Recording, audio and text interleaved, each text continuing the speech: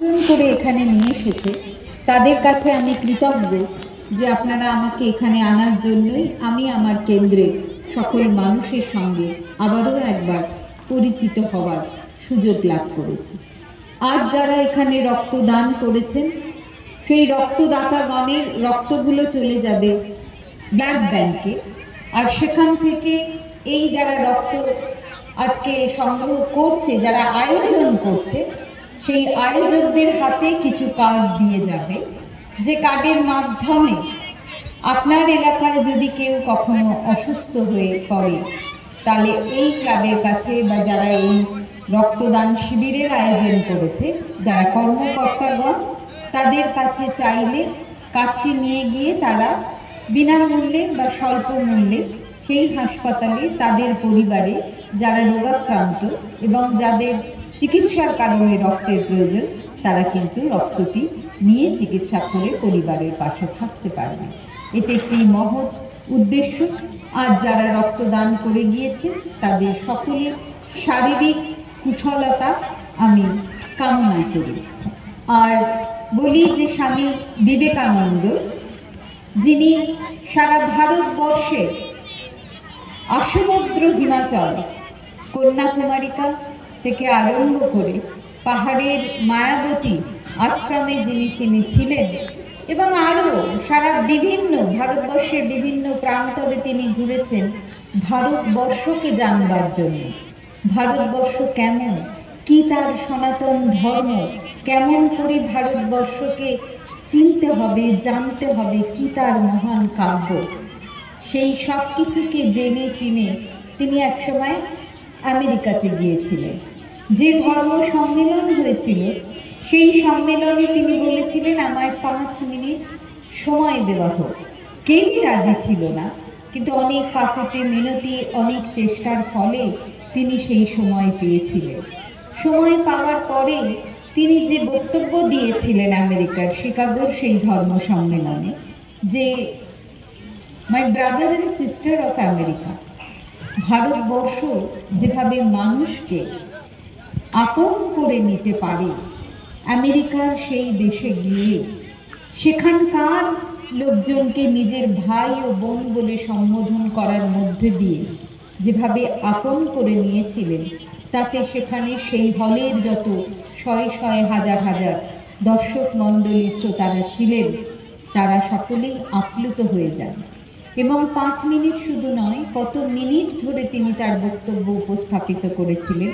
এবং বক্তব্য যখন শেষ হয়েছিল, সেই শেষ হওয়ার পরে যেভাবে হাততালি দিয়ে, করতালি দিয়ে তাকে সম্মান জানানো হয়েছিল, সে সম্মান বিবেকানন্দের, সে সম্মান ভারতের, সেই সম্মান রামকৃষ্ণ পরমহংসদেবের এক শিষ্য বিবেকানন্দের। নরেন যে সারদা মায়ের পরম স্নেহের ধন ছিলেন, সেই বিবেকানন্দ ভারতবর্ষ ছাড়িয়ে বিশ্ব মাঝে তাকে স্থাপিত করেছে। এবং বিবেকানন্দের আদর্শে অনুপ্রাণিত হয়ে তার যে এই চিন্তাধারা, তার যে এই ভারত ভ্রমণ, এই যে বিশ্ব ভ্রমণ, তার কারণে বিদেশের বহু মানুষ, যাকে আমরা আরও বেশি করে চিনি এমনই একজন ভগ্নী নিবেদিতা, তিনি এসেছিলেন আমার দেশে, তিনি এসেছিলেন আমাদের অসুস্থ দরিদ্র জনগণের সেবায়। বিবেকানন্দের আদর্শে অনুপ্রাণিত হয়ে নিজেকে নিয়োজিত করেছিলেন। আমি জানি না এখানে সবাই ভগ্নী নিবেদিতার সিনেমাটি দেখেছেন কিনা, যেখানে প্লেগে, কলেরায় আক্রান্ত হয়ে আমাদের কলকাতার মানুষজন মারা যাচ্ছে, আর ভগ্নী নিবেদিতাকে যারা নিজের দিদির মতো, মায়ের মতো দেখে একদল শিষ্য, একদম তরুণ যুবক তার সাথে থেকে কাজ করতে চেয়েছিল এবং তাকে সাথে নিয়ে, এবং কলকাতার রাজপথ ঝাঁট দিয়ে চলেছে। বাড়ির মায়েরা তাদের সংসারের নিত্য নোংরা আবর্জনা রাস্তায় ফেলে চলেছে, আর তিনি নোংরার গাড়ি নিয়ে চলেছেন মানুষের আবর্জনা পরিষ্কার করে শহরকে সেই কলেরার জীবাণু, প্লেগের জীবাণু থেকে মুক্ত রেখে যাতে মানুষ ত্রাণ পায়, স্বচ্ছতা, পরিষ্কার পরিচ্ছন্নতা, পরিবেশকে কিভাবে সুন্দর রাখতে হয়, নিজের দেশকে কিভাবে ভালো রাখতে হয় সেটা শিখিয়েছিলেন তার শিষ্যদেরকে। এখন একটু করারও সবাই কিন্তু অধীর আগ্রহে নিজের ছেলে মেয়েদের প্রতিভা দেখবার জন্য বসে রয়েছে। আমি আমার বক্তব্যকে দীর্ঘায়িত করব না।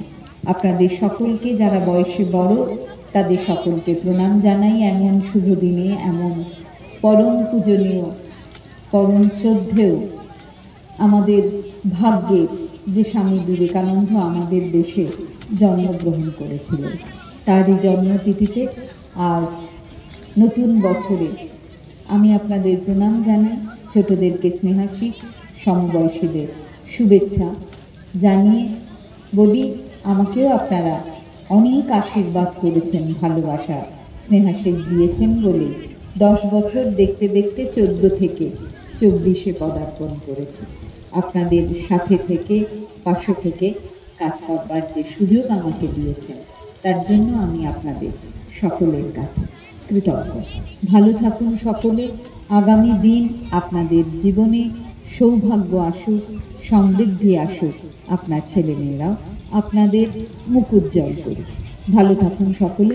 নমস্কার। বাসন্তীতে সর্বপ্রথম মহিলা ফুটবল প্রতিযোগিতা এবং যে রক্তদান শিবির, এ নিয়ে আপনি কি বলবেন? না, আজকে একটা বিশেষ দিন, স্বামী বিবেকানন্দের 161তম জন্মতিথি। সেই বিশেষ দিনে এখানে যে রক্তদান শিবিরের আয়োজন করেছে রামকৃষ্ণ শিশু পাঠকেন্দ্র এবং এখানকার যারা কর্মকর্তা, এই বিশেষ দিনকে ঘোষণা স্বীকৃতি দিয়ে বিশেষ দিনকে সামনে রেখে যে রক্তদান শিবির, মানুষের পাশে দাঁড়ানো, এটা খুব সাধু উদ্যোগ, ভালো উদ্যোগ আমি মনে করি। আর এখানে মহিলাদের যে ফুটবল প্রতিযোগিতা, হ্যাঁ, মেয়েরা তো এখন সমস্ত ক্ষেত্রেই এগিয়ে রয়েছে।